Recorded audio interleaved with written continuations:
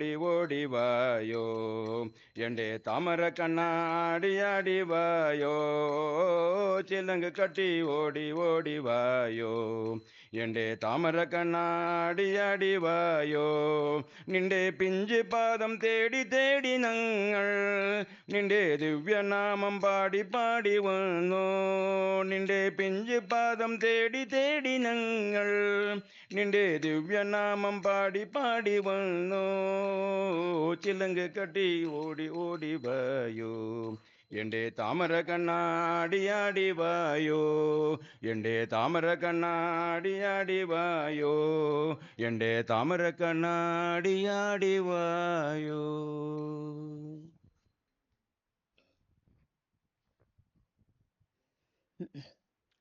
ललिता ललिता श्री ललिता ललिता ललिता श्री ललिता ललिता ललिता श्री ललिता श्री ललिता ललिता ललिता ओम ललिता ललिता ओम ललिता ललिता ललिता जय ललिता ललिता ललिता जय ललिता ललिता ललिता जगन्माता ललिता ललिता माता ललिता ललिता श्री ललिता ललिता ललिता ललिता ललिता ओम ललिता ललिता ललिता ललिता ललिता ललिता जय ललिता ललिता जय ललिता ललिता ललिता जगन्माता ललिता जगन्माता श्री भुवनेश्वरी राजराजेश्वरी श्री राजराजेश्वरी हेमकारेश्वरी श्री त्रिपुरेश्वरी हेमकार श्री त्रिपुरेश्वरी श्री भुवनेश्वरी राजराजेश्वरी श्री राजेश्वरी हेमकारेश्वरी श्री त्रिपुरेश्वरी हेमका श्री त्रिपुरेश्वरी विश्वरूपिणी काली भवानी विश्वर काली भवानी विश्वरूपिणी काली भवानी विश्व भवानी परम ज्योति परमेश्वरी ब्रह्माणी परम ज्योति परमेश्वरी ब्रह्माणी परम ज्योति परमेश्वरी ब्रह्माणी परम परमेश्वरी ब्रह्माणी ललिता ललिता श्री ललिता ललिता श्री ललिता ललिता ललिता ओम ललिता ललिता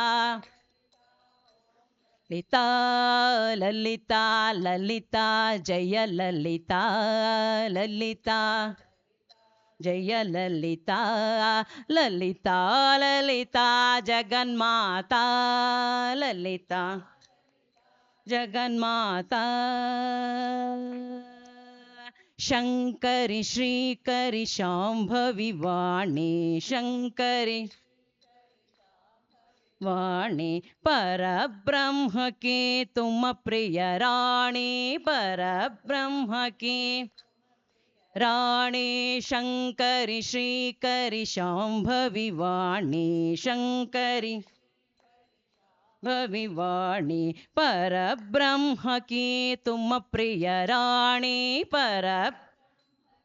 तुम प्रिय रानी विश्वमाता जगधात्री विरागिणी विश्व धात्री विरागिणी विश्वमाता जगधात्री विरागिणी विश्वमाता जगत विरागिणी अखिलांडेश्वर की अर्धांगिनी अखिलांडेश के अर्धांगिनी विश्वमाता जगधात्री विरागिणी विश्वमाता रागिणी अखिलांडेश्वर की अर्धांगिनी अखिलांडेश्वर के अर्धांगिनी ललिता ललिता श्री ललिता ललिता ललिता श्री ललिता ललिता ललिता ओम ललिता ललिता ललिता ललिता ललिता ललिता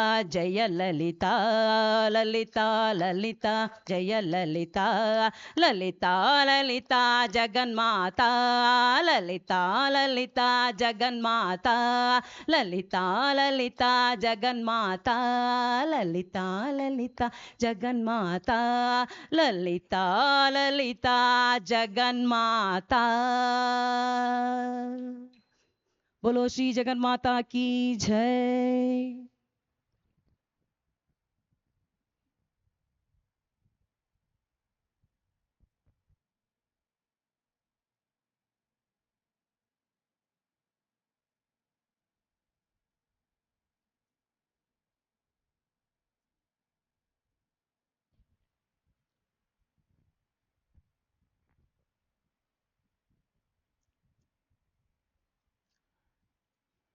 रघुपते श्री रामचंद्र राघवा दयानिधे रघुपते श्री रामचंद्र राघवा दयानिधे रघुपते श्री रामचंद्र राघवा दयानिधे रघुपते श्री रामचंद्र राघवा दयानिधे रघुपते श्री रामचंद्र राघवा दयानिधे रघुपते श्री रामचंद्र राघवा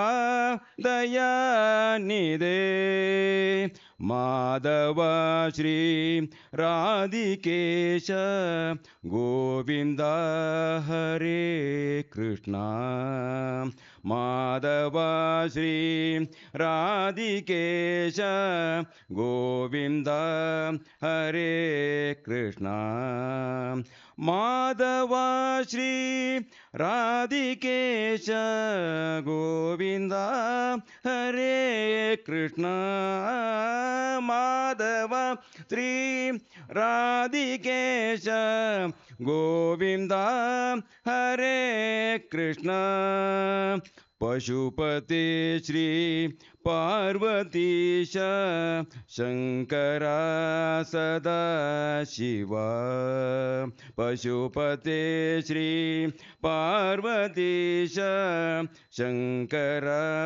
सदा शिवा रघुपते श्री जानकीश राघवा हरे रमा रघुपते श्री जानकीश राघवा हरे रमा सुरपते श्रीवलीश षण्मुख हरे शंभो सुरपते हरि श्रीवलीश षण्मुख हरे शंभो श्री पुनेश पुष्कलीश हरिहरात्मजे विभो श्री पुनेश पुष्कलीश हरिहरात्मजे विभो रघुपते श्री रामचंद्र राघवा दयानिधे रघुपते श्री रामचंद्र राघवा दयानिधे राघवा दयानिधे ರಾಘವ ದಯಾನಿಧೆ. ಶ್ರೀ ರಾಮಚಂದ್ರ ಮೂರ್ತಿ ಕಿ.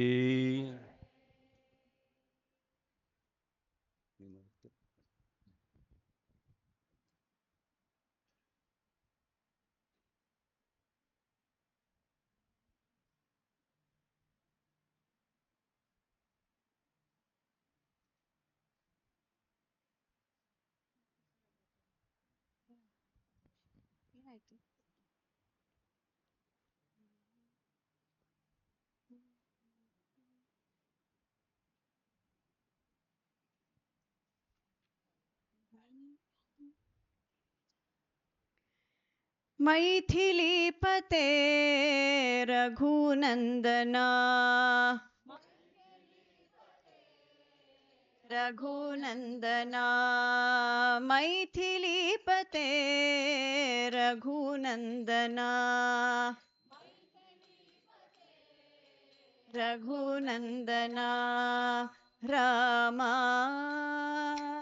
रामा राघवा राघवा रामा राघवा राजीवलोचना रामा राघवा राजीवलोचना मैथिलीपते रघुनन्दना मैथिलीपते रघुनन्दना रामा राघवा राजीवलोचना राघवा राजीवलोचना मैथिलीपते रघुनन्दना मैथिलीपते रघुनन्दना दीनावनाहे करुणामय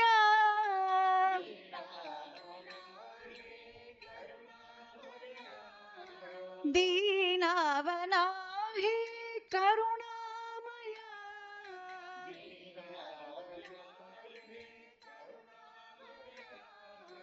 कमलनयन कौसल्यातनया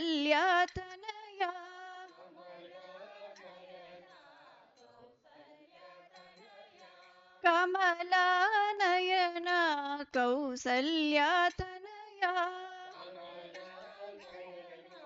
कौसल्यातनया मैथिलीपते रघुनन्दना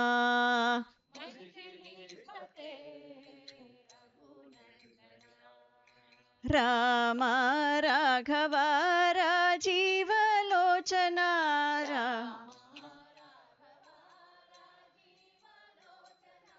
मैथिलीपते रघुनन्दना रघुनन्दना रघुनन्दना रघुनन्दना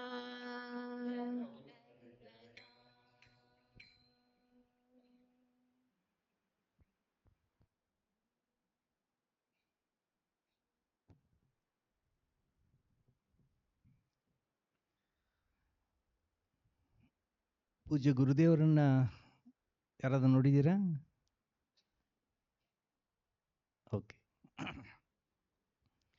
ಪೂಜ್ಯ ಗುರುದೇವರಿದ್ದಾಗ ಅವರ ಜೊತೆ ಒಡನಾಡದವರು, ಅವರ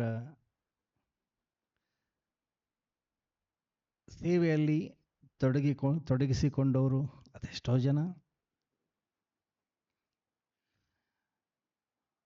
ಎಷ್ಟೋ ಜನರಿಗೆ ಪೂಜ್ಯ ಗುರುದೇವರು ಶರೀರವನ್ನು ಬಿಟ್ಟಾದ ಮೇಲೆ ಚಿನ್ಮಯ ಮಿಷನ್ಗೆ ಬಂದಿದ್ದಾರೆ. ಅವರ ವಿಡಿಯೋ, ಆಡಿಯೋ ಅಥವಾ ಪುಸ್ತಕಗಳನ್ನು ನೋಡಿ ಸ್ಫೂರ್ತಿಗೊಂಡು ಚಿನ್ಮಯ ಮಿಷನ್ನಲ್ಲಿ ಎಷ್ಟೋ ಜನ ತಮ್ಮನ್ನು ತಾವು ತೊಡಗಿಸ್ಕೊಂಡಿದ್ದಾರೆ. ಪೂಜ್ಯ ಗುರುದೇವರನ್ನು ನೋಡಿ ಅವರ ಜೊತೆಗೆ ಬೆಳೆದು ಅವರಿರುವಾಗ ಮಿಷನ್ನಿನ ಅನೇಕ ಕಾರ್ಯಗಳಲ್ಲಿ ತಮ್ಮನ್ನು ತಾವೇ ತೊಡಗಿಸಿಕೊಂಡು ಬೆಳೆದಂತಹ ಅವರನ್ನು ನೋಡಿದಂತಹ ಮತ್ತು ಅವರ ಮಾತುಗಳಿಂದ ಅವರ ಕಾರ್ಯಗಳಿಂದ ಸ್ಫೂರ್ತಿಗೊಂಡಂತಹ, ಅಷ್ಟು ಮಾತ್ರ ಅಲ್ಲ, ಅದರಿಂದ ತಮ್ಮನ್ನು ತಾವೇ ಚಿನ್ಮಯ ಮಿಷನಿನ ಅನೇಕ ಚಟುವಟಿಕೆಗಳಲ್ಲಿ ತೊಡಗಿಸಿಕೊಂಡಂತಹ ಒಂದಿಷ್ಟು ಜನ ಸಾಧಕರು ಇಲ್ಲಿದ್ದಾರೆ.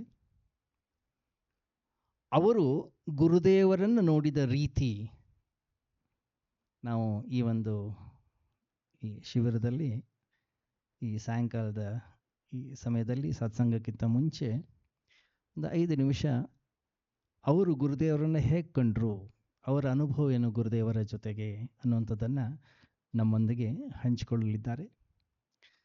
ಇವತ್ತು ಬೆಂಗಳೂರಿನ ಶ್ರೀ ಗೋಪಾಲ್ ಅವರು ಗುರುದೇವರನ್ನು ಹೇಗೆ ನೋಡಿದರು, ಹೇಗೆ ಇನ್ಸ್ಪೈರ್ ಆದರು ಅವರು ಅನ್ನುವಂಥದ್ದನ್ನು ಅಭಿವ್ಯಕ್ತಪಡಿಸ್ತಾರೆ ಇವತ್ತು.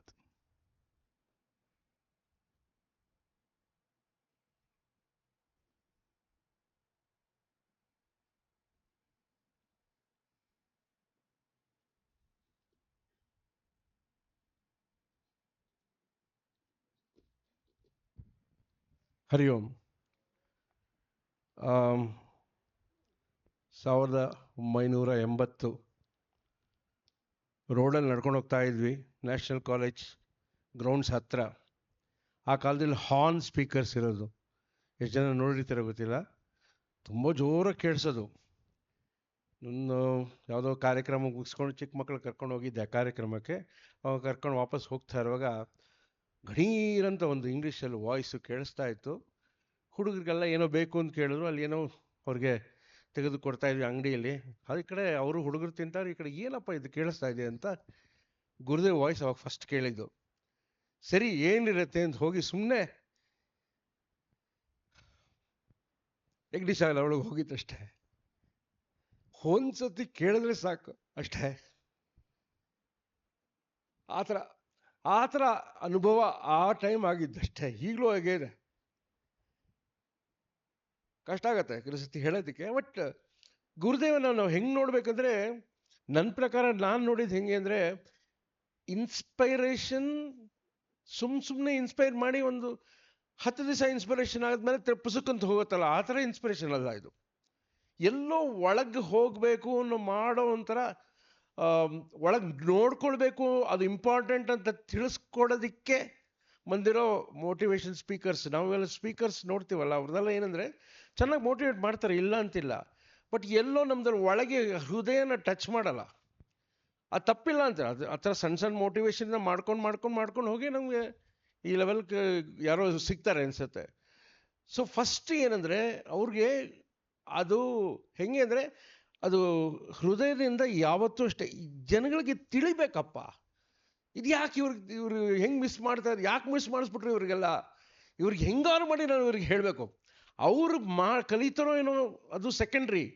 ಬಟ್ ನನಗೆ ಗೊತ್ತಿದ್ದನ್ನು ಹೆಂಗಾದರೂ ಮಾಡಿ ನಾನು ಎಷ್ಟು ಚಾನ್ಸ್ ಸಿಕ್ಕಿದ್ರೆ 10 ಜನ ಕೂಡಿಸ್ಕೊಂಡು ಅವ್ರಿಗೆ ಹೇಳ್ಬೇಕು ನಾನು. ಅದೊಂಥರ ಅದು ಎನರ್ಜಿ ಎಲ್ಲಿಂದ ಬರ್ತಿತ್ತು ಅಂತ ಗೊತ್ತಿಲ್ಲ.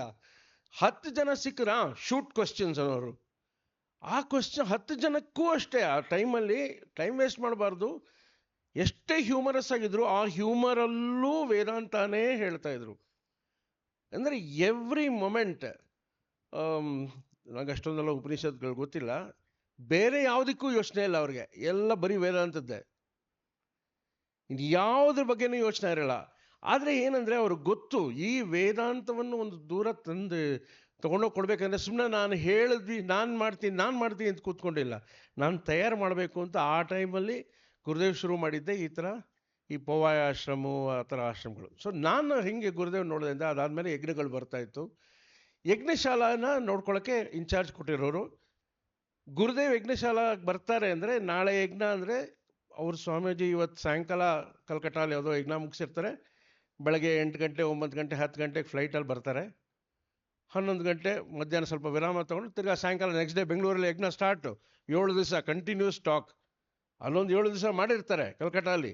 ಬಂದು ಮಧ್ಯಾಹ್ನ 2 ಗಂಟೆ 3 ಗಂಟೆಗೆ ಬಂದರೆ ತಿರ್ಗಾ ಕಂಟಿನ್ಯೂಸ್ ಆಗಿ 7 ದಿವಸ ಮಾತಾಡೋರು. ಒಂದು ಯಜ್ಞ ನಮ್ಮದು MG ರೋಡಲ್ಲಿ ನಡೀತು, ಟೌನ್ ಹಾಲ್ ಆಪೋಸಿಟಲ್ಲಿರುವಾಗ ಒಂದು ಗ್ರೌಂಡ್ಸ್, ದೊಡ್ಡ ಗ್ರೌಂಡ್ಸ್, ಪೆರೇಡ್ ಗ್ರೌಂಡ್ಸ್ ಅಲ್ಲ, ಈ ಕಡೆ ಇನ್ನೊಂದು ಗ್ರೌಂಡ್ ಇದೆ, ಅಲ್ಲಿ ನಮ್ಗೆ ಯಾರಿಗೂ ಈಗ ಪ್ರವೇಶ ಅಲ್ಲ. ಆ ಗ್ರೌಂಡ್ಸಲ್ಲಿ ನಡೆಯುವಾಗ ಏನಾಗಿತ್ತು ಅಂದರೆ, ನಮಗೆ ಗುರುದೇವ್ ಬರ್ತಾರೆ, 4 ಗಂಟೆಗೆ ಬರ್ತಾರೆ, 3 ಗಂಟೆಗೆ ಬರ್ತಾರೆ, ಹೋಗ್ಬಿಟ್ಟು ಅವರು ಕೃಷ್ಣಮೂರ್ತಿ ಅವ್ರ ಮನೇಲಿ ಇದ್ಬಿಟ್ಟು ಸಾಯಂಕಾಲ ಯಜ್ಞಕ್ಕೆ ಬರ್ತಾರೆ ಅಂತ ಗೊತ್ತಿತ್ತು. ಆದರೆ 3 ಗಂಟೆಗೆ ಏರ್ಪೋರ್ಟಿಂದ ಹೋಗುವಾಗ ನಮ್ಗೆ ಯಜ್ಞಶಾಲ ದಾರಿ ಇದೆ. ಗುರುದೇವ್ ದಿಸ್ ಯಜ್ಞಶಾಲ, let me go in and see ಅಂದರೆ ನಾವು ಅಷ್ಟೊತ್ತಿಗೆ ರೆಡಿ ಇರಬೇಕು ಅಂತ. ಆ್ಯಕ್ಚುಲಿ ಆ ಥರ ರೆಡಿ ಮಾಡಬೇಕು ಅಂದರೆ ಬೆಳಗ್ಗೆ 5 ಗಂಟೆಗೆ ಏನಾಗೋದು, ನಮಗೆ ಬ್ಯಾಕ್ ಡ್ರಾಪ್ ಎಲ್ಲ ಈ ಥರ ನಮಗೆ ಫ್ಲೆಕ್ಸ್ ಎಲ್ಲ ಈಸಿಯಾಗಿ ಸಿಗ್ತಾ ಇರಲಿಲ್ಲ. ಕಾರ್ಪೆಂಟರ್ಸ್ ಮಾಡ್ಕೊಡೋರು, ಅವರು ಬ್ಯಾಕ್ ಡ್ರಾಪು ಬೆಳಗ್ಗೆ 5 ಗಂಟೆಗೆ ಬರೋಕ್ಕಾಗೋದು. ಯಾಕಂದರೆ ರೋಡಲ್ಲಿ ನೀವು ಇಷ್ಟು ದೊಡ್ಡ ದೊಡ್ಡ ಬ್ಯಾಕ್ ಡ್ರಾಪ್ ತರೋಕ್ಕಾಗಲ್ಲ ಅವ್ರ ಕೈಲಿ. 5 ಗಂಟೆಗೆ ಬರೋರು. ಸೊ ನಾವು 4:15 ವೆಯ್ಟ್ ಮಾಡ್ತೀವಿ. 5 ಗಂಟೆಗೆ ಬಂದರು, ಬ್ಯಾಕ್ ಡ್ರಾಪ್ ಹಾಕೋರು, ಹೊರಟ್ರು ಅವರು. ಇದನ್ನು ಯಾರು ಫಿಕ್ಸ್ ಮಾಡ್ತೀರಾ ಅಂದರೆ, ಇಲ್ಲ ನಮ್ಗೆ ಇಷ್ಟ ತಂದು ಹಾಕಿ ಕೇಳಿದ್ರು, ನಾವು ಹೊರಡ್ತಾ ಇದ್ದಿಂದ ಹೊರಟ್ಬಿಟ್ರು. ಸಾಯಂಕಾಲ 4 ಗಂಟೆಗೆ ಗುರುದೇವ್ ಬರ್ತಾರೆ. ಏನಿಲ್ಲ, ಒಂದು ಸುಮ್ಮನೆ ಕೂತ್ಕೊಂಡು, ಆಗ ಫೋನು ಇಲ್ಲ, ಬ್ರಹ್ಮಾಜಿಗೆ ಫೋನ್ ಮಾಡಿ ಹೇಳೋದಕ್ಕೆ ಮಾಡೋದು ಏನಿಲ್ಲ, ಆಚೆ ಬಂದ್ಬಿಟ್ಟು ಯಾವುದಾದ್ರು ಕಾರ್ಪೆಂಟರ್ ಹಿಡಿಯೋಣ ಅಂತ. ಅದು ಇದರಿಂದ ಯಜ್ಞಶಾಲೆಯಿಂದ ಆಚೆ ಬರ್ತೀವಿ, ಯಾವನೋ ಒಬ್ಬ ಸೈಕಲ್ ತಳ್ಕೊಂಡು ಒಂದು ಬ್ಯಾಗ್ ಇಟ್ಕೊಂಡು ಬರ್ತಾ ಇದ್ದಾನೆ. ಅವನ ಹತ್ರ, ನೀನು ಹೊಲಸೂರು ಕಡೆ ಹೋಗ್ತಿದ್ಯಪ್ಪ, ನಿನಗೆ ಯಾರು ಕಾರ್ಪೆಂಟರ್ಸ್ ಗೊತ್ತಂದರೆ ನಿಮ್ಗೆ ಏನು ಬೇಕು ಹೇಳಿ, ಕಾರ್ಪೆಂಟರ್ ಯಾಕೆ ಬೇಕು, ಅವ್ನು ಕೇಳಿದ್ ನೋಡಿ, ಅವ್ನು ಗತ್ತು ನೋಡಿ, ನಿಮಗೇನು ಬೇಕು ಹೇಳಿ. ಇಲ್ಲ ಈ ಥರ ಫಿಕ್ಸ್ ಮಾಡಬೇಕು. ಏನು ಫಿಕ್ಸ್ ಮಾಡಬೇಕು? ಅವ್ನು ಕಾರ್ಪೆಂಟರ್ ನಾವು ಕೇಳ್ತೀವಿ, ಅವನು ರೂಟ್ಕಲ್ಲೇ ನಮ್ಮನ್ನು ಕರ್ಕೊಂಡು ಹೋಗ್ತಾನೆ. ಬನ್ನಿ. ಅವ್ನು ಬಂದ, ಒಳಗೆ ಬಂದ, ಏನು ಮಾಡಬೇಕು ಅಂತ ನಾವು ಹೇಳಿದ್ವಿ. ಈ ಥರ ಎಲ್ಲ ಪಿಲ್ಲರ್ಸ್ ಎಲ್ಲ ಕೊಡ್ತಾರೆ, ಎಲ್ಲ ಫುಲ್ ಮಾಡಿಕೊಡ್ತಾರೆ, ಬಟ್ ಇಲ್ಲಿ ಫಿಕ್ಸ್ ಮಾಡಬೇಕು. ಆ ಮನುಷ್ಯ ಎಲ್ಲಿಂದ ಬಂದೋ ಗೊತ್ತಿಲ್ಲ, ಬಂದ ಕೆಲಸ ಮಾಡ್ದ. ಆ ಕೆಲಸಕ್ಕೆ ನಾವು ಸುಮಾರು ಒಂದು 500-400 ರೂಪಾಯಿ ಕೊಡಬೇಕಾಗತ್ತೆ. ಆಗಲೇ ಅಷ್ಟು ದೊಡ್ಡ ಅಂದರೆ 30 ಅಡಿ ಬೈ 20 ಅಡಿ ಇದು ಬ್ಯಾಕ್ ಡ್ರಾಪು ಪಿಲ್ಲರ್ಗಳು. 100 ರೂಪಾಯಿ ತೊಗೊಂಡು ಒಳ್ಳೆ ಕಾರ್ಯ ಮಾಡ್ತಿದ್ರೆ ನಾನು ಹೋಗ್ತೀನಿ ಅಂತ ಹೊರಟೋದ. ಎಲ್ಲಿಂದ ಬರುತ್ತೆ ನಿಮ್ಗೆ ಗೊತ್ತಿಲ್ಲ. ಸೊ ಇದೆಲ್ಲ ಅದು ಕೆಲವು ಜನ ಪವಾಡ ಅಂದ್ಕೊಳ್ತಾರೆ. ಪವಾಡ ಅಂತೂ ಇಲ್ಲವೇ ಇಲ್ಲ, ಹೇಳ್ತೀನಿ. ಒಳಗಿದ್ರೆ ಗೊತ್ತಾಗುತ್ತೆ ಅಷ್ಟು ಮಾತ್ರ. ಸೊ ಎಲ್ಲಾದರೂ ದೊಡ್ಡ ಸಂಕಲ್ಪಗಳು, ಈ ಸ್ವಾಮೀಜಿಗಳು ದೊಡ್ಡ ಸಂಕಲ್ಪ ತಗೊಳ್ತಾರೆ ಏನಾದರೂ ಕಾರ್ಯಕ್ರಮ ಮಾಡೋದಕ್ಕೆ. ಆ ಕಾರ್ಯಕ್ರಮದಲ್ಲಿ ನಾವು ನಮ್ಮ ಸಂಕಲ್ಪ ಇಟ್ಕೊಳ್ದೆ ಆ ಕಾರ್ಯಕ್ರಮದಲ್ಲಿ ನಾವು ಭಾಗವಹಿಸಿದ್ರೆ ನಮ್ಮ ವಾಸನೆಗಳು ಖಾಲಿಯಾಗತ್ತೆ. ಅಟ್ ದ ಸೇಮ್ ಟೈಮ್ ಯಾವುದು ಸೇರ್ಕೊಳ್ಳೋಲ್ಲ ನಮಗೆ. ಬಟ್ ಏನಾದರೆ ದೊಡ್ಡ ಸ್ವಾಮೀಜಿಗಳು ಸಂಕಲ್ಪ ತೊಗೊಂಡಾಗ ನಾವು ಈ ಅಳಿಲ್ಗಳು ಸೇವೆ ಮಾಡ್ತಲ್ಲ, ಆ ಥರ ಹೋಗಿ ಮಾಡ್ತಾ ಇರಬೇಕು. ಚಾನ್ಸ್ ಸಿಗ್ತಾ ಸೇವೆ ಮಾಡೋಕ್ಕೆ ಹೋಗಿ ಮಾಡು. ಚೇರೆತ್ಬೇಕಾ ಚೇರೆತ್, ಏನು ಚಾನ್ಸ್ ಸಿಗುತ್ತೋ ಮಾಡಬೇಕು. ಇದೇ ಗೊತ್ತಾಗಿದ್ದು ಗುರುದೇವ್ ಹತ್ರ ಇದ್ದಾಗ. There is a bigger backdrop that is happening. ನಾವು ಅದನ್ನು ರೆಕಗ್ನೈಸ್ ಮಾಡಿದ ತಕ್ಷಣ ಒಂದು ಚಾನ್ಸ್ ಸಿಗ್ತಾ, ಯಾವುದೋ ದೊಡ್ಡ ಸಂಕಲ್ಪ ಮಾಡಿದ್ದಾರೆ, ಬ್ರಹ್ಮಾಜಿ ದೊಡ್ಡ ಸಂಕಲ್ಪ ಮಾಡಿದ್ದಾರೆ, ಸ್ವಾಮೀಜಿ ದೊಡ್ಡ ಸಂಕಲ್ಪ ಮಾಡಿದ್ದಾರೆ, ಚಿನ್ಮಯ ಮಿಷನ್ ದೊಡ್ಡ ಸಂಕಲ್ಪ ಮಾಡಿದೆ, ಯಾವುದೋ ದೊಡ್ಡ ಸಂಕಲ್ಪ ಮಾಡಿದಾಗ ತಕ್ಷಣ ಹೋಗಿ ನಮ್ಮ ಹಳ್ಳಿ ಸೇವೆ ಮಾಡ್ತಾನೆ ಇರಬೇಕು. ಏನೇ ಸಂಕಲ್ಪ ಮಾಡಲಿ ನಮ್ಗೇನಾಗಬೇಕಾಗಿದೆ, ದೊಡ್ಡ ಸಂಕಲ್ಪ ಯಾವತ್ತೂ ಅಷ್ಟೇ ಸಂಕಲ್ಪ ಇವರೆಲ್ಲ ದೊಡ್ಡದಾಗೆ ಮಾಡ್ತಾರೆ. ಆ ಥರ ಸಂಕಲ್ಪ ಮಾಡಿದಾಗ ನಮಗೆಲ್ಲ ಅವೆಲ್ಲ ಗೊತ್ತಿದ್ದು. ನಾವು ಅಳಿಲು ನಿಜವಾಗ್ಲೂ ನಮ್ಮ, if Gurudev had come at that time we would be in a very bad state. ಏನು ಮಾಡಬೇಕು ಅಂತ ಗೊತ್ತಿಲ್ಲ. ಬಟ್ ನಮ್ಗೆ ಯಾರೋ ಒಬ್ಬ ಬರ್ತಾನೆ, ಕೆಲಸ ಮಾಡ್ತಾನೆ, ಹೋಗ್ತಾರೆ ಅಷ್ಟೇ. ಅದೊಂದು. ಇನ್ನೊಂದು ಇಲ್ಲೇ ಆಗಿದ್ದು, ಸಿದ್ಧಬಾರಿ ಇಲ್ಲೇ ಆಗಿದ್ದು. ಇದೇ ಗುರುದೇವ್, ಎಷ್ಟು ನಾವು ಹೇಳ್ತೀವಿ ಇಂಥ ಕೆಲಸನ ಮಾಡೋ ಗುರುದೇವ್ ಎಷ್ಟು ವಿಭೂತಿ ಪುರುಷ. ಇದೇ ವಿಭೂತಿ ಪುರುಷದ ಇನ್ನೊಂದು ನೋಡಿ, ಇನ್ನೊಂದು ಮನಸ್ಸಲ್ಲಿ ಥಿಂಕ್ ಮಾಡೋದು ನೋಡಿ, ಭಾಳ ಇಂಪಾರ್ಟೆಂಟ್ ನಮಗೆಲ್ಲ. ಅಂದರೆ ಇದೇ ಜಾಗದಲ್ಲಿ ಪಕ್ಕದಲ್ಲಿ ಕಮಲ ಹಾಲ್, ಅಲ್ಲಿ ನಮ್ಮ ಪ್ರಶ್ನೆ ಉತ್ತರ. ಆದರೆ ನಾವು ಪ್ರಶ್ನೆ ಬರೆದು ಕೊಡ್ಬೇಕು, ಸುಮ್ಮನೆ ಕೇಳಂಗಿಲ್ಲ. ಬರೆದು ಕೊಟ್ಟಾಗ ಒಬ್ಬರು ಏನು ಮಾಡಿದ್ರು, ವಿ ಚಾಂಟ್, ಇದು ಸ್ವಲ್ಪ ಇಂಗ್ಲೀಷಲ್ಲಿ ಹೇಳ್ತೀನಿ, ಇದು ಒಂದು ನಿಮಿಷ. V chant Chidananda Rupam Shivoham Shivoham. Can we chant Chinmayananda Rupam Shivoham Shivoham. ಓದ್ಬಿಟ್ಟು no ಅಂತ ಇಟ್ಬಿಟ್ಟು ಹೋಗ್ಬಿಟ್ರು. ನೆಕ್ಸ್ಟ್ ಕ್ವಶನ್ ತೆಗೆದ್ರು. ನೆಕ್ಸ್ಟ್ ಕ್ವಶನ್ ಏನೋ ಓದಿದ್ರು. No wait, that requires more explanation. ಅದು ತಗೊಂಡು ತಿರ್ಗಿ ಅದೇ ಕ್ವಶನ್ ಬಗ್ಗೆ ಮಾತಾಡಿದ್ರು. Today Chinmayananda is like this. Tomorrow you don't know, with the amount of money flowing in, I might be sailing with damsels around me and enjoying the pleasures Maya is offering me. Maya is so great, it can put you down in a second. It can put you down. So till I am alive, don't tell. If I have not done anything like that, you can tell.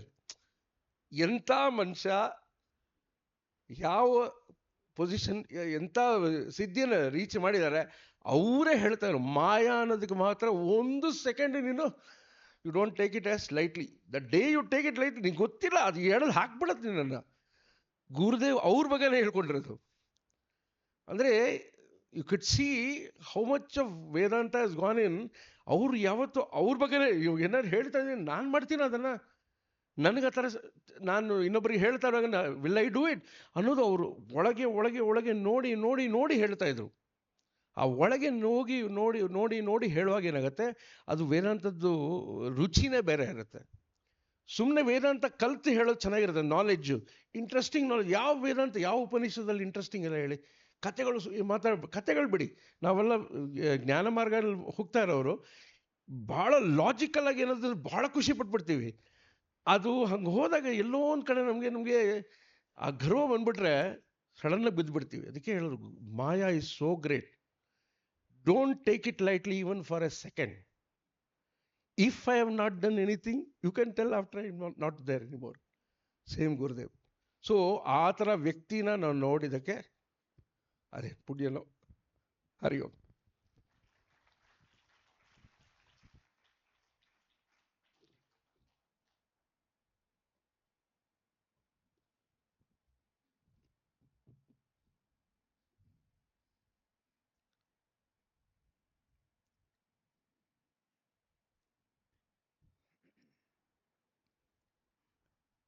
ಬೆಂಗಳೂರಲ್ಲಿ ಆವಾಗ HAL airport ಇತ್ತು.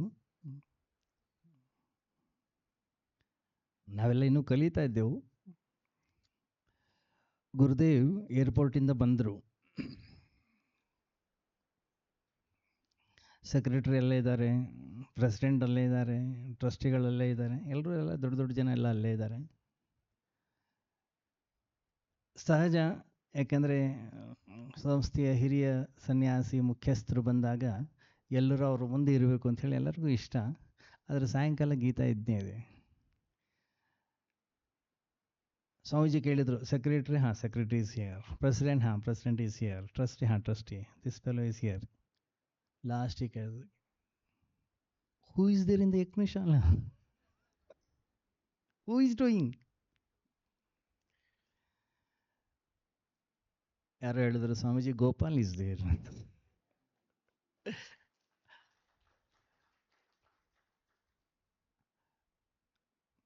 ಇವತ್ತಿಗೂ ನೀವು ಅವ್ರ ಮನೆಗೆ ಹೋದರೆ, Jayanagar T ಬ್ಲಾಕ್ನಲ್ಲಿದೆ, ಅವ್ರ ಮನೇಲಿ ಅವ್ರ ಅಪ್ಪ ಅಮ್ಮನ ಫೋಟೋ ಇಲ್ಲ, ಪೂಜ್ಯ ಗುರುದೇವ್ರ ಫೋಟೋ ದೊಡ್ಡದಾಗಿ ಕಾಣಿಸುತ್ತೆ. ಒಳಗಡೆ ಹೋದ ಕೂಡಲೇ ಫಸ್ಟ್ ಕಾಣೋದೇ ಗುರುದೇವ್.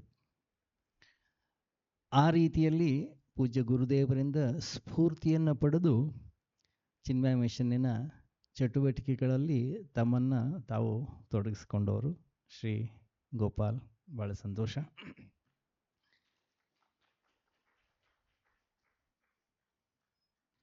ಶ್ರೀರಾಮ್ ಜಯ ರಾಮ್ ಜಯ ಜಯ ರಾಮ್, जानकी जीवन राम,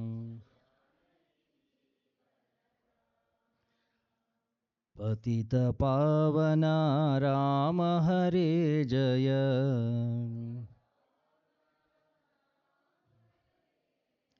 राघव सुंदर राम,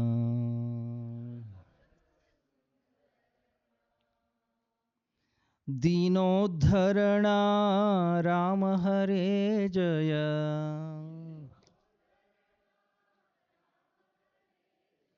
मारुति सेवित राम,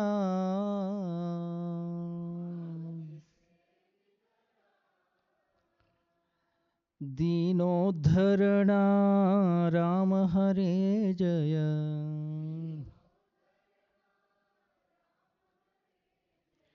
मारुति सेवित राम,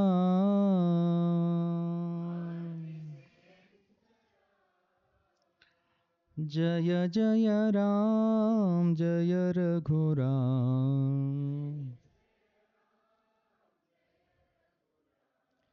जानकी जीवन राम, जय जय राम जय रघुराम,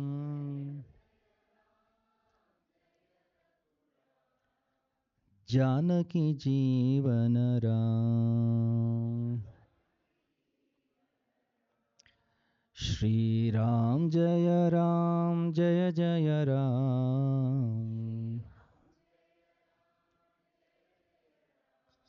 जानकी जीवन राम। जानकी जीवन राम। सियावर रामचंद्र की।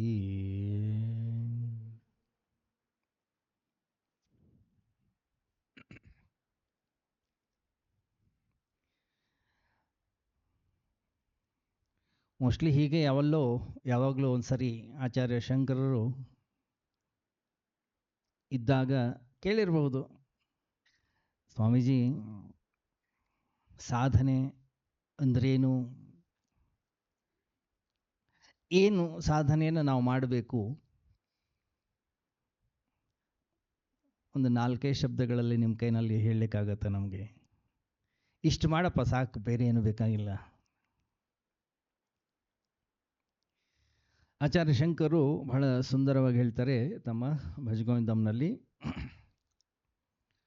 ಪ್ರತಿನಿತ್ಯ ನಾವು ಏನು ಜೀವನ ಮಾಡ್ತಾ ಇದ್ದೀವಿ, ಪ್ರತಿನಿತ್ಯ ನಾವು ಹೇಗಿರಬೇಕು ಅನ್ನೋಂಥದ್ರ ಬಗ್ಗೆ ಬಹಳ ಸುಂದರವಾಗೊಂದು ಬೆಳಕನ್ನು ಚೆಲ್ತಾ ಇದ್ದಾರೆ. ಅವ್ರು ಹೇಳ್ತಾರೆ, ಗೇಯಂ ಏನು? ಗೇಯಂ ಹಾಡಬೇಕಂತೆ ಅಲ್ಲ. ಪ್ರತಿನಿತ್ಯ ನಾವು ಮಾತಾಡ್ತಾ ಇರ್ತೀವಿ, ಹಾಡ್ತಾ ಇರ್ತೀವಿ, ಏನೇನೋ ಮಾಡ್ತಾ ಇರ್ತೀವಿ. ಈ ಜಗತ್ತಿನಲ್ಲಿ ಎಷ್ಟು ಮಾತಾಡ್ತೀವಿ ಅಂತಂದರೆ ನಮಗೆ ಗೊತ್ತಿಲ್ಲ ಎಷ್ಟು ಅವಶ್ಯಕತೆ ಇದೆ, ಎಷ್ಟು ಅನಾವಶ್ಯಕ ಅಂಥೇಳಿ. ಒಬ್ಬ ಸಾಹಿತ್ಯ ಹೇಳ್ತಿದ್ದ, ಅನಾವಶ್ಯಕವಾಗಿರ್ತಕ್ಕಂಥದ್ದನ್ನು ಈ ಜಗತ್ತಿನಲ್ಲಿ ಜನ ಮಾತಾಡೋದು ನಿಲ್ಲಿಸಿದ್ರೆ ಈ ಜಗತ್ತು ಸ್ವರ್ಗ ಆಗಿಬಿಡುತ್ತದೆ.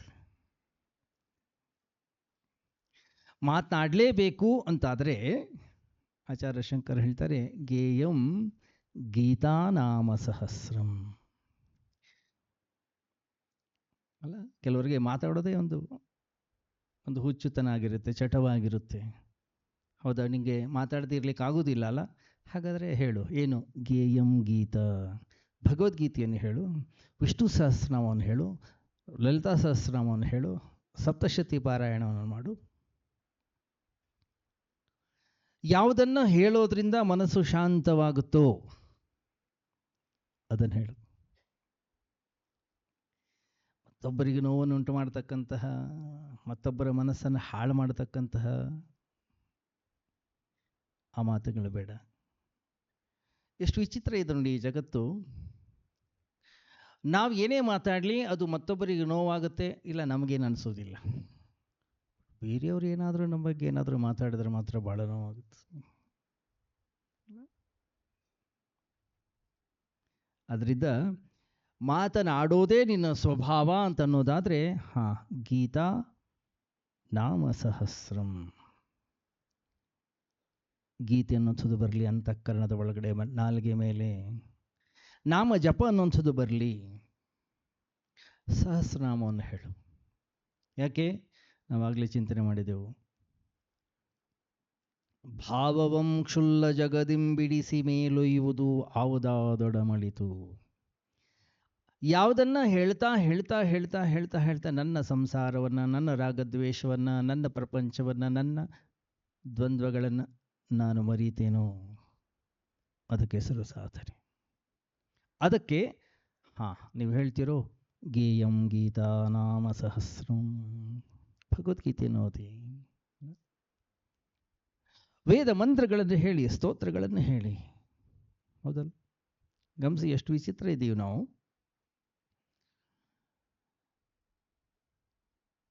ನಾವು ಹೇಳ್ಬೋದಾ ಪುರುಷ ಸೂಕ್ತ, ನಾವು ಹೇಳ್ಬೋದಾ ನಾರಾಯಣ ಸೂಕ್ತ, ನಾವು ಹೇಳ್ಬೋದಾ ರುದ್ರ, ನಾವು ಹೇಳ್ಬೋದಾ ಲಲಿತಾ ಸಹಸ್ರನಾಮ, ನಾವು ಇದನ್ನು ಹೇಳ್ಬೋದಾ ಅದನ್ನು ಹೇಳ್ಬೋದಾ? ಎಷ್ಟೋ ಬಾರಿ ಕೇಳ್ತಾರೆ, ಗಂಡಸರು ಕೇಳ್ತಾರೆ, ಹೆಂಗಸರು ಕೇಳ್ತಾರೆ, ಯಾರ್ಯಾರೋ ಕೇಳ್ತಾ ಇರ್ತಾರೆ. ಎಂಥ ಆಶ್ಚರ್ಯ ಅಂತಂದರೆ, ಇನ್ನೂವರೆಗೂ ಜಗತ್ತಿನಲ್ಲಿ ಯಾರೂ ಕೇಳಿಲ್ಲ ಇಂತಿಂತಹ ಬೈಗುಳಗಳನ್ನು ಹೆಂಗಸರು ಬೈಬೋದಾ?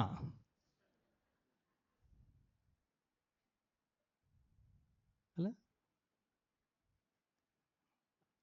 ಫಸ್ಟ್ ಹೇಳೋದೆಲ್ಲ ಹೇಳ್ಬಿಡ್ತೀವಿ ನಾವು, ಆಮೇಲೆ ಅದೇನೋ ಸರಿ ಮಾಡ್ಕೊಳ್ಳಿಕ್ಕೆ ಏನೋ ಮಾಡ್ಕೊಳ್ತೀವಿ.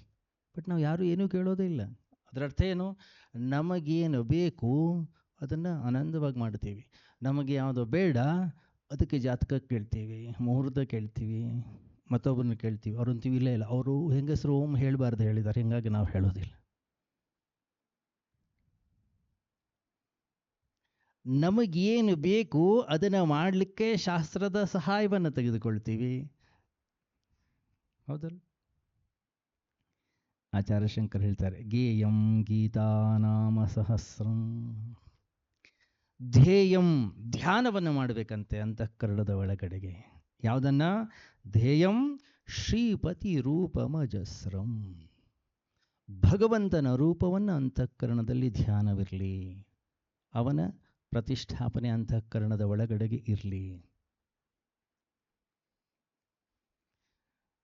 ಗಮನಿಸಿ, ಧ್ಯಾನ ಅಂದ ಕೂಡಲೇ ನಾವೇನು ತಿಳ್ಕೊಳ್ತೀವಿ, ಎಲ್ಲೋ ಒಂದು ಕಡೆಗೆ ಸುಖಾಸನವನ್ನು ಪದ್ಮಾಸನವನ್ನು ಇನ್ನೇನೋ ಹಾಕ್ಕೊಂಡು ಕೂತ್ಕೊಂಡು, ಅಥವಾ ಯಾವುದೋ ಒಂದು ಸುಂದರವಂಥ ವಾತಾವರಣವನ್ನು ನಿರ್ಮಾಣ ಮಾಡಿಕೊಂಡು ಎಲ್ಲೋ ಅಲ್ಲಿ ಕೂತ್ಕೊಳ್ಳೋದು.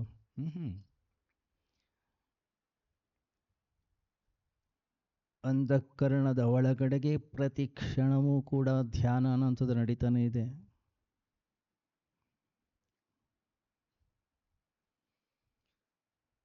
ತನ್ನ ಮನದಾಟಗಳ ತಾನೇ ನೋಡು ತನಗುವ ತನ್ನೊಳಗೆ ತಾನಿರ್ವರಾದವಲು ಬಾಳ್ವ.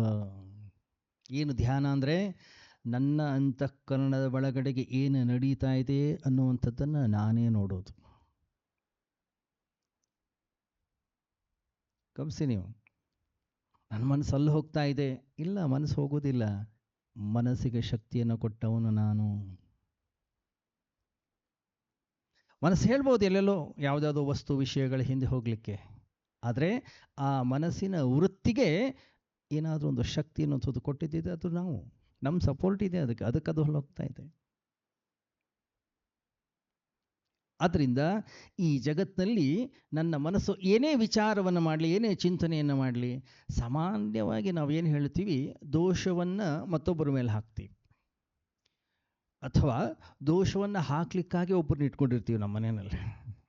ಅದು ಗಂಡ ಇರ್ಬೋದು, ಅದು ಹೆಂಡತಿ ಇರ್ಬೋದು, ಅತ್ತೆ ಇರ್ಬೋದು, ಸೊಸೆ ಇರ್ಬೋದು, ತಂದೆ ಇರ್ಬೋದು, ತಾಯಿ ಇರ್ಬೋದು, ಕೆಲಸದವ್ರು ಇರ್ಬೋದು. ಸಾಧ್ಯವಾದಷ್ಟು ಹುಡುಕ್ತೀವಿ ನಾವು ಹೇಳಿದ್ದನ್ನೆಲ್ಲ ಕೇಳಿ ಎಲ್ಲ ಮಾಡುವಂಥವ್ರು. ಒಂದು ಸರಿ ಏನಾಗ್ತಾರೆ, ಆರಂಭದಲ್ಲಿ ಅವ್ರು ನಾವು ಹೇಳಿದ್ದೆಲ್ಲ ಕೇಳ್ತಿರ್ತಾರೆ, ಆಮೇಲೆ ಅವ್ರು ಎದುರು ನಿಂತ್ಕೋತಾರೆ. ಕೊನೆಗೆ ನಮ್ಗೆ ಅನಿಸುತ್ತೆ, ಇಲ್ಲ ಇವ್ರು ಯಾರೆದ್ರೂ ನಾವು ದೋಷವನ್ನು ಹಾಕ್ಲಿಕ್ಕೆ ಆಗೋದಿಲ್ಲ ಅಂಥವ್ರು ಕೊನೆಗೆ ದೇವರಿಂದನೇ ಆಗಿದ್ದಿದ್ದು. ಯಾಕೆ? ಅವನಿಂದ ಯಾವುದೇ ಥರದ ಸಮಸ್ಯೆ ಇಲ್ಲ, ಅವನು ಯಾವುದೇ ರೀತಿಯ ಪ್ರತಿಕ್ರಿಯೆಯನ್ನು ವ್ಯಕ್ತಪಡಿಸೋದಿಲ್ಲ. ಎಲ್ಲಿಯ ತನಕ ನನ್ನ ಜೀವನದಲ್ಲಿ ನಾನು ದೋಷವನ್ನು ಮತ್ತೊಬ್ಬರಲ್ಲಿ ಹುಡುಕ್ತಾ ಇರ್ತೀನೋ, ನಾನೊಬ್ಬ ಸಾಧಕನಾಗ್ಲಿಕ್ಕೆ ಸಾಧ್ಯ ಇಲ್ಲ. ಮತ್ತೆ ಧ್ಯೇಯಂ ಶ್ರೀಪತಿ ರೂಪಮಜಸ್ರಂ, ಅಂತಃಕರಣದ ಒಳಗಡೆಗೆ ಭಗವಂತನ ರೂಪ ಇರಬೇಕಂತ. ಗಮನಿಸಿ, ನಮ್ಮ ಮನಸ್ಸನ್ನು ಒಂದು ಕಡೆಗೆ ಕಟ್ಟಿ ಹಾಕಲಿಕ್ಕೆ ನಮಗೊಂದು ಆಧಾರ ಬೇಕು. ನಿರಾಕಾರವನ್ನು ಕುರಿತು ನಮ್ಮ ಕೈನಲ್ಲಿ ಧ್ಯಾನವನ್ನು ಮಾಡಲಿಕ್ಕೆ ಆಗೋದಿಲ್ಲ. ಅದಕ್ಕಾಗಿ ನಮ್ಮ ಋಷಿ ಮುನಿಗಳು ಒಂದು ರೂಪವನ್ನು ಕೊಟ್ಟರು, ಒಂದು ವಿಗ್ರಹ ಆರಾಧನೆಯನ್ನು ಕೊಟ್ಟರು, ಒಂದು ನಾಮ ಜಪವನ್ನು ಕೊಟ್ಟರು, ಒಂದು ಕುಲದೇವತಾ ಅಥವಾ ಇಷ್ಟ ದೇವತಾ ಅನ್ನುವಂಥ ರೀತಿಯಲ್ಲಿ ಕೊಟ್ಟರು. ಅದು ಯಾವುದಾದ್ರೂ ಇರ್ಬೋದು, ಅದು ರಾಮನೋ, ಶಿವನೋ, ಕೃಷ್ಣನೋ, ವಿಷ್ಣು, ಅಮ್ಮನವರು, ಯಾರಾದರೂ ಇರ್ಬೋದು. ಮನಸ್ಸನ್ನು ಒಂದು ಕಡೆಗೆ ಸ್ಥಿರವಾಗಿ ನಿಲ್ಲಿಸಲಿಕ್ಕಾಗಿ ಕೊಟ್ಟಿರ್ತಕ್ಕಂಥ ಒಂದು ವಿಗ್ರಹ ಅದಷ್ಟೇ. ಆದ್ದರಿಂದ ಅಂತಃಕರಣದಲ್ಲಿ ಯಾವುದೋ ಹಣವನ್ನೋ, ಅಧಿಕಾರವನ್ನೋ, ಯಶಸ್ಸನ್ನೋ, ಕೀರ್ತಿಯನ್ನೋ, ಅಥವಾ ಗಂಡನ್ನೋ, ಹೆಣ್ಣನ್ನೋ, ಇನ್ನೇನನ್ನೋ ಚಿಂತನೆ ಅಲ್ಲ. ಧ್ಯೇಯಂ ಶ್ರೀಪತಿ ರೂಪಮಜಸ್ರಂ. ಸರಿ ಸ್ವಾಮೀಜಿ, ಈ ಧ್ಯಾನ ಇದೆಲ್ಲ ಆಗೋದಿಲ್ಲ ನಮಗೆ. ನಾವು ಸ್ವಲ್ಪ ಟೂರು ಸುತ್ತಾಡೋದೇನಿದೆ ನಮಗೆ ಬಹಳ ಇಷ್ಟ. ನೇಯಂ ಸಜ್ಜನ ಸಂಗೇ ಚಿತ್ತಂ. ಅವ್ರು ಹೇಳಿದ್ರು, ಹೌದಾ, ನಿನ್ನ ಮನಸ್ಸನ್ನು ಹಾಗಾದರೆ ತಗೊಂಡು ಹೋಗೋದೇ ಆದರೆ ಸಜ್ಜನರ ಬಳಿ ಕರ್ಕೊಂಡು ಹೋಗು.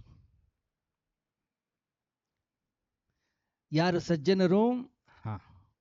ಅಧ್ಯಾತ್ಮದಲ್ಲಿ ಸತ್ಸಂಗ ಬಹಳ ಉತ್ಕೃಷ್ಟವಾಗಿರ್ತಕ್ಕಂಥ ಒಂದು ಮಾರ್ಗ, ಬಹಳ ಅತ್ಯವಶ್ಯಕವಾಗಿರ್ತಕ್ಕಂಥದ್ದು. ಯಾರ ಬಳಿ ನಾವು ಹೋಗಿ ಕುಳಿತುಕೊಂಡಾಗ ನಮಗೆ ಗೊತ್ತಿಲ್ಲದೆಯೇ ನಮ್ಮನ್ನು ಸತ್ ತತ್ವದ ಕಡೆಗೆ ಕರ್ಕೊಂಡು ಹೋಗ್ತಾರೋ ಅಂಥವ್ರಿಗೆ ಹೆಸರು ಸಜ್ಜನರು.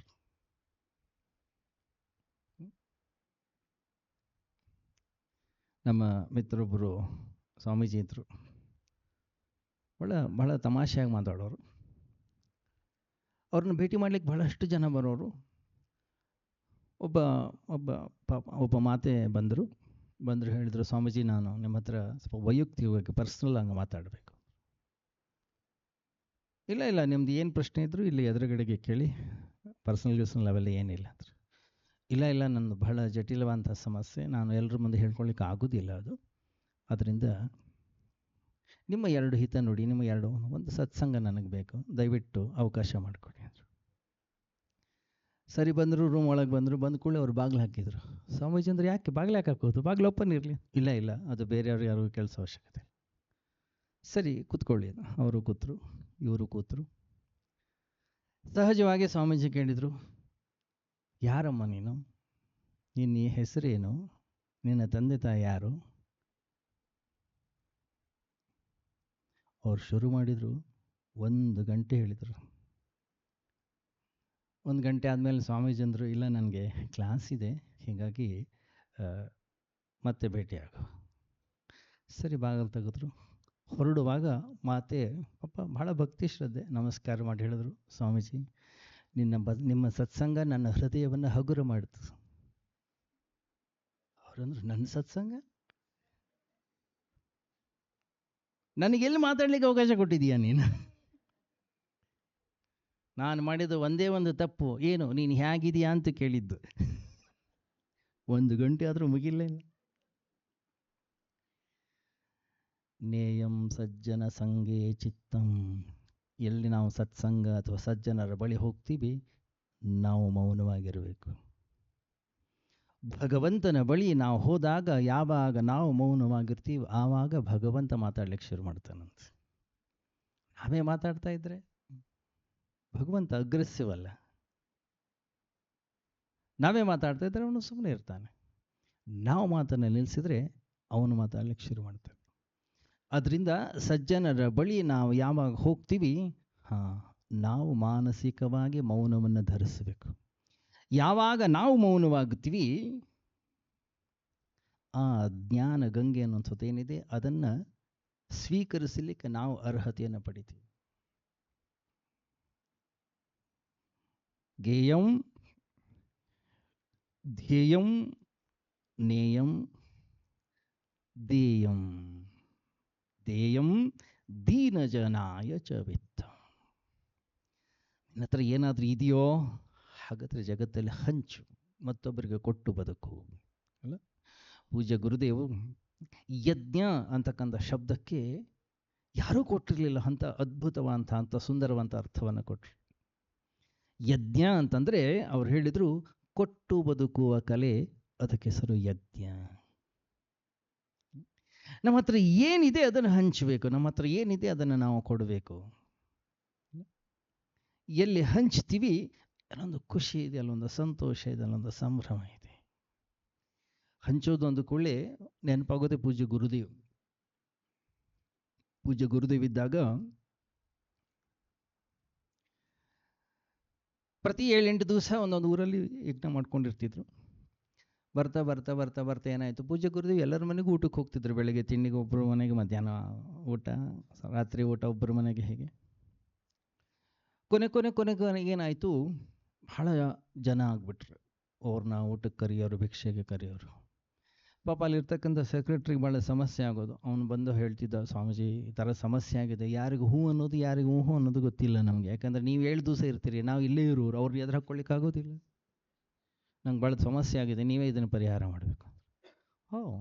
It's A very good problem. ಅವರು ಅಂದ್ರೆ ಹಾಗಾದ್ರೆ ಒಂದು ಕೆಲಸ ಮಾಡೋ, ಅದು ಊರಿಂದ ಊರಿಗೆ ಡಿಫರ್ ಆಗ್ತಿತ್ತು. ಅವ್ರು ಹೇಳಿದರು, ಗುರುದೇವ್ ನಿಮ್ಮ ಮನೆಗೆ ಊಟಕ್ಕೆ ಬರಬೇಕು, ತಿಂಡಿಗೆ ಬರಬೇಕು ಅಂದರೆ 5,000 ಕೊಡಬೇಕು ಗುರುದಕ್ಷಿಣೆ. ಆಗಿನ ಕಾಲದಲ್ಲಿ ಮಧ್ಯಾಹ್ನ ಊಟಕ್ಕೆ ಬರಬೇಕು 10,000 ಕೊಡಬೇಕು, ಸಂಜೆ ಬರಬೇಕು 10,000 ಕೊಡಬೇಕು. ನೆನ್ಪಿಟ್ಕೋ, ನನಗೆ ಹೆಂಡತಿ ಮಕ್ಕಳಿಲ್ಲ, ನೀವೇನು ಕೊಡ್ತೀರಿ ಸಮಾಜದ ಕೆಲಸಕ್ಕೆ ಉಪಯೋಗಿಸ್ತೀನಿ ನಾನು. ಸೊ ಊರಿಂದ ಊರಿಗೆಲ್ಲ ಅದು ರೇಟ್ ವ್ಯತ್ಯಾಸ ಆಗ್ತದೆ. ಸಣ್ಣ ಊರಿದ್ರೆ ಕಡಿಮೆ ಇರ್ತಿತ್ತು. ಪೂಜ್ಯ ಗುರುದೇವ್ ಬರ್ತಾರೆ ಅಂದ್ಕೊಳ್ಳಿ ಎಲ್ಲರೂ ಫಿಕ್ಸ್ ಮಾಡ್ಕೊಂಡ್ಕೊಳ್ಳಿ ಅಲ್ಲಿನ ಸೆಕ್ರೆಟ್ರಿಗೆ ಲೆಟ್ರ್ ಹೋಯಿತು, ನಿಮ್ಮ ಊರಿನಲ್ಲಿ ಬ್ರೇಕ್ಫಾಸ್ಟಿಗೆ ಬರೋದಾದರೆ ಇಷ್ಟು ಕೊಡಬೇಕು, ಮಧ್ಯಾಹ್ನ ಸಾಯಂಕಾಲ ಆದರೆ ಇಷ್ಟಿಷ್ಟು ಕೊಡಬೇಕು. ಲೆಟ್ರ್ ಲೇಟಾಗಿ ಬಂತು, ಅಷ್ಟೊತ್ತಿಗೆ ಇವೆಲ್ಲ ಫಿಕ್ಸ್ ಆಗಿ ಹೋಗ್ಬಿಟ್ಟಿತ್ತು. ಪಾಪ ಸೆಕ್ರೆಟ್ರಿ ಕೆಲಸ ಭಾಳ ಕಷ್ಟದ ಕೆಲಸ. ವಿಷಯವನ್ನು ಮುಟ್ಟಿಸಿದರು ಅವ್ರವ್ರಿಗೆ. ಯಾರ ಮನೆಯಲ್ಲಿ ಅವತ್ತು ಗುರುದೇವ್ ಬಂದ ಮಾರನೇ ದಿವಸ ತಿಂಡಿ ಇತ್ತು. ಅವ್ರು ಹೇಳಿದರು ಅವತ್ತಿನ ಆ ಊರಿನಲ್ಲಿ 5,000 ರೂಪಾಯಿ ಭಿಕ್ಷೆ ರೇಟ್ ಇತ್ತು, ಅವ್ರು ಬಂದರೆ 5,000 ಕೊಡಬೇಕು ಅಂತ. ಅವ್ರಂದ್ರು 5,000? ನೀವು ಮೊದಲೇ ಹೇಳೇ ಇಲ್ಲ ನಮಗೆ. ಆಯಿತು, ನಾನು ನನ್ನ ಹೆಂಡ್ತಿನ ಎಲ್ಲ ಕೇಳಿ ಹೇಳ್ತೀನಿ. ಮನೆಗೆ ಬಂದರು, ಹೇಳಿದರು, ಇಲ್ಲ ಅವರು ಸೆಕ್ರೆಟ್ರಿ ಏನೋ ಹೊಸ ತೆಗ್ದಿದ್ದಾರೆ, ಹಿಂಗೆಲ್ಲ ಕೊಡಬೇಕಂತ. ಏನು ಮಾಡೋದು? ಅಲ್ಲ, ಇವಾಗ ಕ್ಯಾನ್ಸಲ್ ಮಾಡೋಂಗಿಲ್ಲ, ಯಾಕಂದರೆ ಊರು ಮಂದಿನೆಲ್ಲ ಕರೆದಿದ್ದಾರೆ ಅವ್ರ ಮನೆಗೆ. ಏನು ಹೇಳೋದು ನಾವು? ಕೊನೆಗೆ ರಾತ್ರಿನೇ ಹೆಂಡತಿ ಗಂಡ ಮಕ್ಕಳು ಎಲ್ಲ ಸೇರಿಕೊಂಡು ಒಂದು ನಿರ್ಣಯಕ್ಕೆ ಬಂದರು. ನೋಡಿಪ್ಪ, ಗುರುದೇವ್ ಹೇಗೂ ಬರ್ತಾರೆ, ತಿಂಡಿ ಆಗುತ್ತೆ, ಅವರು ಹೋಗುವಾಗ ನಮ್ಮಲ್ಲೊಂದು ಕ್ರಮ ಇದೆ, ಒಂದು ಹಣ್ಣಿನ ತಟ್ಟೆ ಎಲ್ಲ ಇಟ್ಟು ಅದರಲ್ಲಿ ಒಂದು ಕವರ್ ಇಟ್ಟು ನಮಸ್ಕಾರ ಮಾಡಿ ಕೊಡ್ತೀವಿ. ನಾವು ನಮಗೆ ಎಷ್ಟು ಬೇಕು ಅಷ್ಟು ಕೊಟ್ಟರೆ ಆಯಿತು. ಒಂದು ಸರಿ ಅವ್ರು ನಮ್ಮ ಮನೆಯಿಂದ ಹೊರಗಡೆ ಹೋದರೆ ನಾವು ಜವಾಬ್ದಾರಲ್ಲ, ಏನಾಗುತ್ತಾಗಲಿ. 5,000 ರೂಪಾಯಿ ಕೊಡ್ಲಿಕ್ಕೆ ಶಕ್ತಿ ಇರಲಿಲ್ಲ ಅಂತಿಲ್ಲ, ಇತ್ತವ್ರಿಗೆ, ಅದ್ಯಾಕೋ ಅವ್ರಿಗೆ ಕೊಡಬೇಕಂತ ಅನ್ನಿಸ್ಲಿಲ್ಲ. ಸರಿ, ನೆಕ್ಸ್ಟ್ ಡೇ ಗುರುದೇವ್ ಬಂದರು, ಭಿಕ್ಷಾ ಆಯಿತು, ಎಲ್ಲರೂ ಬಂದರು. ಗುರುದೇವ್ ಅವರ ಸಾನ್ನಿಧ್ಯವೇ ಹಾಗೆ, ಎಲ್ಲಿ ಹೋದರೂ ಬರೀ ನಗು, ಸಂತೋಷ, ಸುಖ. ಎಲ್ಲರೂ ಎಷ್ಟು ಖುಷಿಯಾಗಿದ್ದರು. ಗುರುದೇವ್ ಹೊರಡೋ ಟೈಮ್ ಬಂತು, ಹೊರಟರು. ಎಲ್ಲರೂ ಕೂಡ ಹಣ್ಣಿನ ತಟ್ಟೆ ಕೊಟ್ಟು ನಮಸ್ಕಾರ ಮಾಡಿದರು. ಯಥಾ ಪ್ರಕಾರ ಅವ್ರು ರಾತ್ರಿ ಡಿಸೈಡ್ ಮಾಡಿದಾಗೆ ಎಷ್ಟು ಇಟ್ಟಿದ್ರು ಕೊಟ್ಟು ನಮಸ್ಕಾರ ಮಾಡಿದರು. ನಮಸ್ಕಾರ ಮಾಡಿದ ಮೇಲೆ ಅವರು ಎಲ್ಲರಿಗೂ ಹಣ್ಣು ಕೊಟ್ಟರು. ಹೊರಡಬೇಕು, ಎಲ್ಲರೂ ಹೊರಡುವಾಗ ಹೊರಗುವಾಗ ಒಂದು ಸರಿ ಮೇಲೆ ತಲೆ ಎತ್ತು ನೋಡಿದ್ರು ಅವರು, ಪೂಜ್ಯ ಗುರುದೇವ್. ಅಲ್ಲೊಂದು ಪೇಂಟಿಂಗ್ ಇತ್ತು. ಗುರುದೇವ್ ಕೇಳಿದ್ರು, ಏನದು, ಯಾರು ಪೇಂಟ್ ಮಾಡಿದ್ದಿದ್ದನ್ನು? ತಂದೆ ಬಂದು ಹೇಳ್ದ, ಸ್ವಾಮೀಜಿ ನನ್ನ ಮಗಳು ಮಾಡಿದ್ದು ಪೇಂಟಿಂಗ್, ಇಷ್ಟು ಚೆನ್ನಾಗಿದೆ, ಕರೀರಿ ಅವಳನ್ನ. ಕರೆದ್ರು. ನಂದೊಂದು ಪೇಂಟಿಂಗ್ ನೀನು ಮಾಡಬೇಕು. ಅವಳಂದ್ರು, ಖಂಡಿತ ಮಾಡಿಕೊಡ್ತೀನಿ ನಾನು. ಎಷ್ಟು ಖರ್ಚಾಗಿದೆ ಇದಕ್ಕೆ? ಏನೊಂದು 500 ರೂಪಾಯಿ ಇರ್ಬೋದು. ತಗೋ 5,000 ಅಂತೇಳಿ ತೆಗೆದು ಕೊಟ್ಬಿಟ್ರು ಅವ್ರಿಗೆ. ಅವ್ರು ಕೊಟ್ಟು ಹೋಗ್ಬಿಟ್ರು. ಈಗ ಮನೆಯಲ್ಲಿ ಸಮಸ್ಯೆ.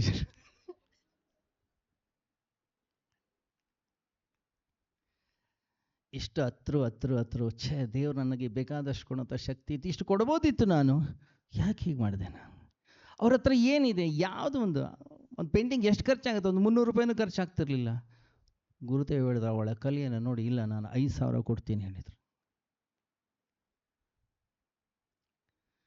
2 ದಿನಗಳ ನಂತರ ಈ ಇನ್ಸಿಡೆಂಟ್ ಗುರುದೇವ್ ಗೊತ್ತಾಯಿತು.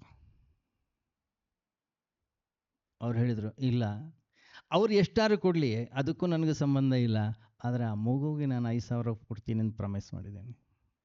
ಅವ್ರು 2 ಇಟ್ಟಿದ್ರೆ ಇನ್ನೂ 3,000 ರೂಪಾಯಿ ಕೊಟ್ಟು ಕಳಿಸಿ ಅವ್ರಿಗೆ. ದೇಯಂ ದೀನ ಜನಾಯ ಚ ವಿತ್ತಂ ಅಲ್ಲ, ಹಂಚುವಿಕೆ ಅನ್ನುವಂಥದ್ದು, ಕೊಡುವಂಥದ್ದು ಅನ್ನುವಂಥದ್ದು ಏನಿದೆ, ಅದು ನಮ್ಮ ಹೃದಯವನ್ನು ವಿಶಾಲ ಮಾಡುತ್ತೆ. ಯಾವಾಗ ನಾವು ಕೊಡ್ತೀವಿ ಗೊತ್ತಿಲ್ಲ ನಮಗೆ, ಅದರ 10ರಷ್ಟು ಬರುತ್ತೆ ಅಲ್ಲ.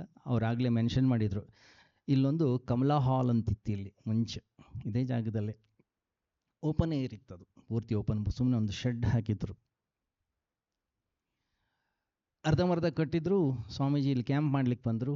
ಬಂದ ಕೂಡಲೇ ಸಾಮಾನ್ಯವಾಗಿ ಗುರುದೇವ್ ಎಲ್ಲೇ ಹೋಗಲಿ ಬಂದ ಕೂಡಲೇ ಯಾವುದೋ ಅಂತ ಹಿತಕರವಾಗಿರ್ತಕ್ಕಂಥ ಸುದ್ದಿ ಹೇಳಲಿಕ್ಕೆ ಯಾರೂ ಇರ್ತಿರ್ಲಿಲ್ಲ. ಅವ್ರು ಹೇಳೋರು, ಇವಂದು ಇಷ್ಟು ಪೇಮೆಂಟ್ ಮಾಡಬೇಕು, ಇನ್ನು ಕಾಂಟ್ರಾಕ್ಟ್ ಬಂದ್ಯಾನೆ, ಇದಕ್ಕೆ ಇಷ್ಟು ಪೇಮೆಂಟ್ ಇದೆ, ಇದು ಅಂಗಡಿಯವ್ರಿಗೆ ಇಷ್ಟು ಪೇಮೆಂಟ್ ಮಾಡಬೇಕು ಅಂತಲೇ ಬರೋದು.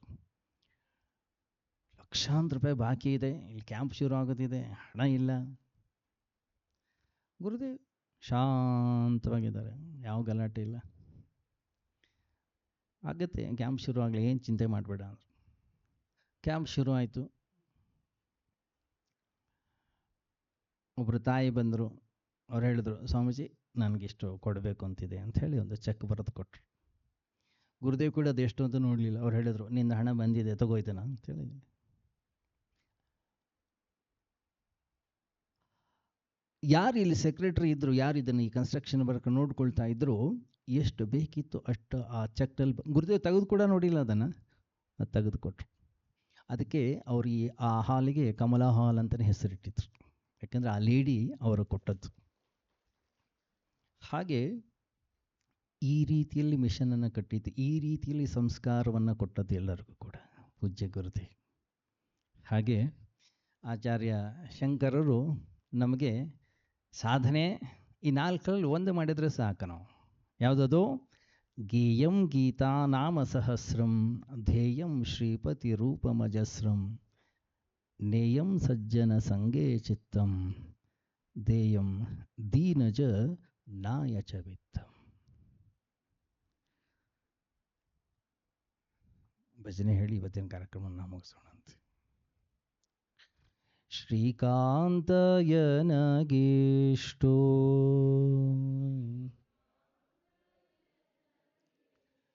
ದಯ ಮಾಡೋ ತಂದೆ,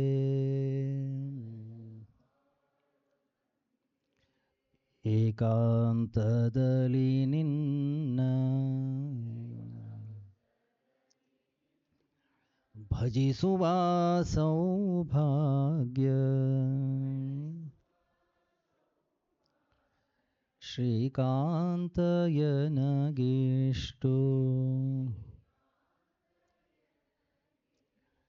ದಯ ಮಾಡೋ ತಂದೆ, ಧನದಾಶೆಗಾಗಿ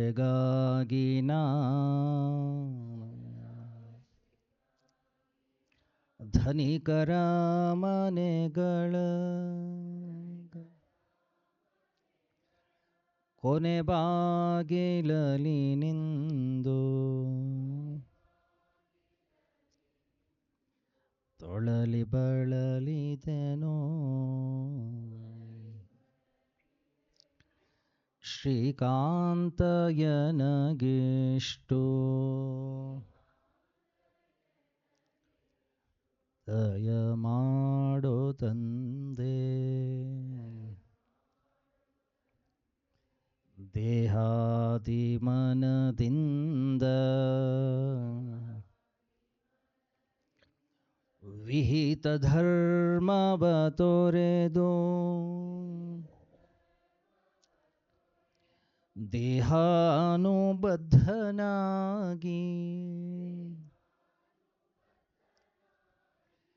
ಸತಿಸೂತರ ಪೊರೆದೆನೋ.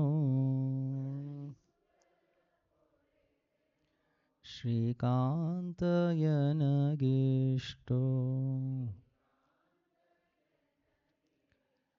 ದಯ ಮಾಡೋ ತಂದೆ, ಏನಾದರೆ ನನ್ನ ಹೀನ ಗುಣಗಳನ್ನೆಲ್ಲ ಮನ್ನಿಸಿ ಸಲಹೋ ಶ್ರೀ ಪುರಂದರ ವಿಠಲ. ಶ್ರೀಕಾಂತಯನಗೇಷ್ಟೋ ದಯ ಮಾಡೋ ತಂದೆ, ದಯ ಮಾಡೋ ತಂದೆ. ಸರ್ವೇ ಭವಂತು ಸುಖಿನಃ, ಸರ್ವೇ ಸಂತು ನಿರಾಮಯಾಃ, ಸರ್ವೇ ಭದ್ರಾಣಿ ಪಶ್ಯಂತು ಮಾ ಕಶ್ಚಿತ್ ದುಃಖಭಾಗ್ ಭವೇತ್. असतो मा सद्गमय, तमसो मा ज्योतिर्गमय, मृत्योर्मा अमृतंगमय. ओम शांति शांति शांति. हरि ओम. श्री गुरुभ्यो नमः. हरि ओम.